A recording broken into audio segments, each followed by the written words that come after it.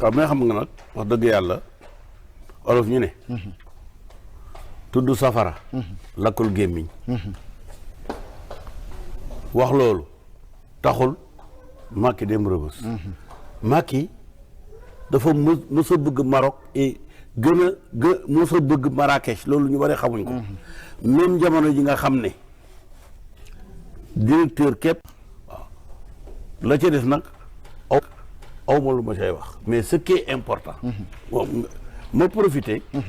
pour ajuster benn wax boo xam ne waxoon naa keroog Walfadjri.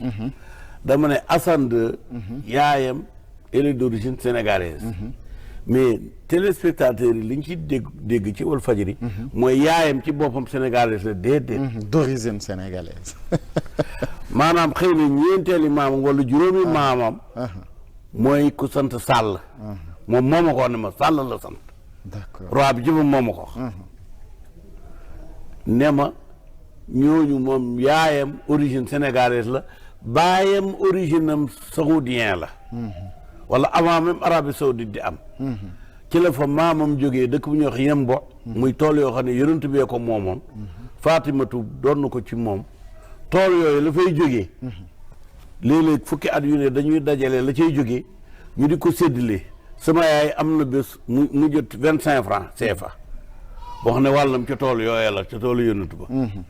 donc yooyu ba léegi ma nga foofu la ay maamam jóge woon. ñu ñëwoon Maroc pour sooy leen ci boobu tàndarma la ñu doon dundee. garbu tàndarma di dee. looloo tax muy cosaanam mais waxuñ ne baayam saoudien la waxuñ ne yaayam sénégalaise la. mais d'origine. La précision. Son père est originaire de Médine. Sa mère est originaire du Sénégal. C'est une Sal. Donc Haalpulaar. Ouais. En tout cas la précision est de taille. waaw mais tey yow naka nga gisee candidature Macky Sall boobu ci ONU ba xam yow jàpp nga ne c'est un candidat boo xamante ne vraiment mën na amal solo ONU.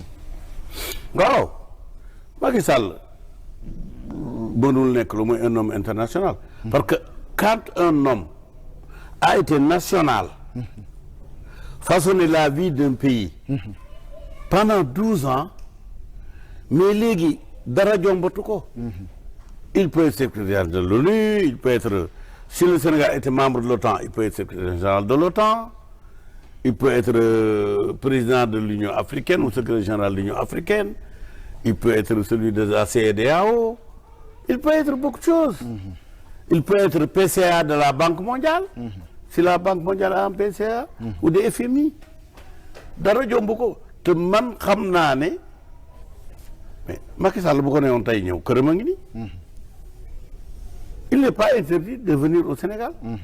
mais xëy na gis na ne c'est pas le moment. parce que y a une tradition au Sénégal c'est que les anciens chefs d'État s'éloignent du pays pendant le premier mandat de leur successeur. Effectivement.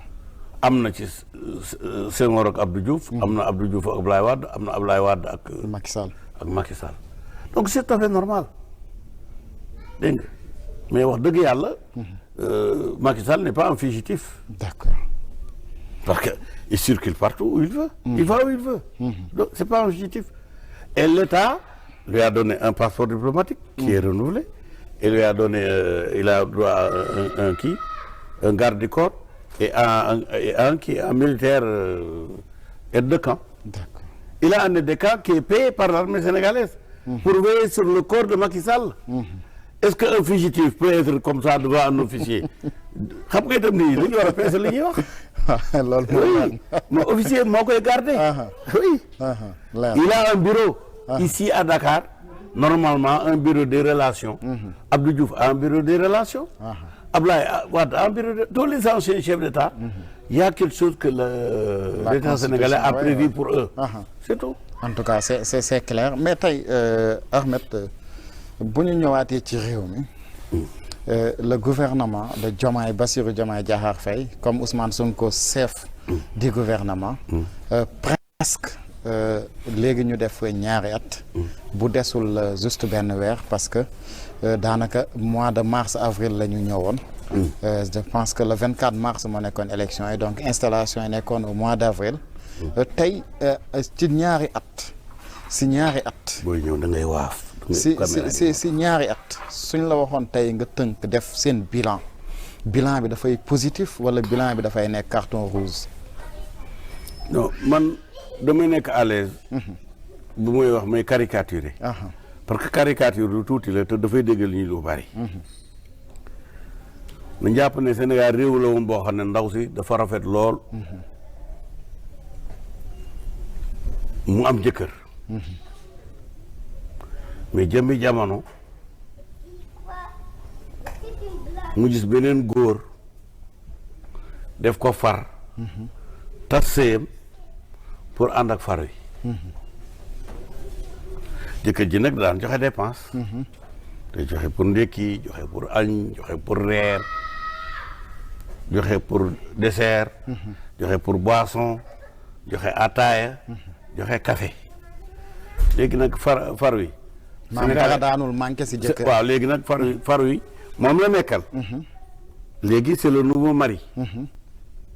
mais le nouveau mari est diminué il n'a rien donc léeg-léeg ñu añ léeg-léeg duñ añ léeg-léeg ñu reer léeg-léeg duñ reer léegi ndekki lii. xaw a xormet suut. oui c'est aléatoire. foofu la ñu nekk parce que dafa am benn structure. boo xam ne mooy gérer le monde. mooy gérer le Sénégal. muy ban si. benn structure la. invisible et informel. mais mooy gérer àddina. quand un pays a un président de la République. quelquefois l'exécutif c'est pas le président c'est le premier ministre. en tout cas le chef de gouvernement. am na affaire boo xam ne buñ ko solee. moom ak nga fekk xar wala nag nga takk ci buum. ñooyam boo ci takkee buum rek boo ñoo dem mu yóbbu la. am na loo xam ne buñ ko solalee rek. ñoo di mu dem moo des dootul mën a bañ. baatam mi ngi ci buum. donc Sénégal loolu mooy li leen dal. kon nag Sénégal actuellement mi ngi ci benn ci ñaar. est-ce que ndaw si dañ koy takkal far wi. mu nekk jëkkëram ñu utal waa ji liggéey dépense bi di daw comme avant wala dañuy toog ba ndaw si ne kii mënu maa yor. mu tas këli ñu baara saw ji ko. caricature boobu ci laa duggalee. réponse li ma laaj. bien que mën naa koo tontu. ci beneen façon. mais bii moo ma gënal. mais caricature bi sax daanaka leer na nañ ko dégg. vraiment dina comprendre. tey ñu nekk Sénégal mu nekk réew goo xamante ne daanaka coow li moom dafa bari coow li dafay dem.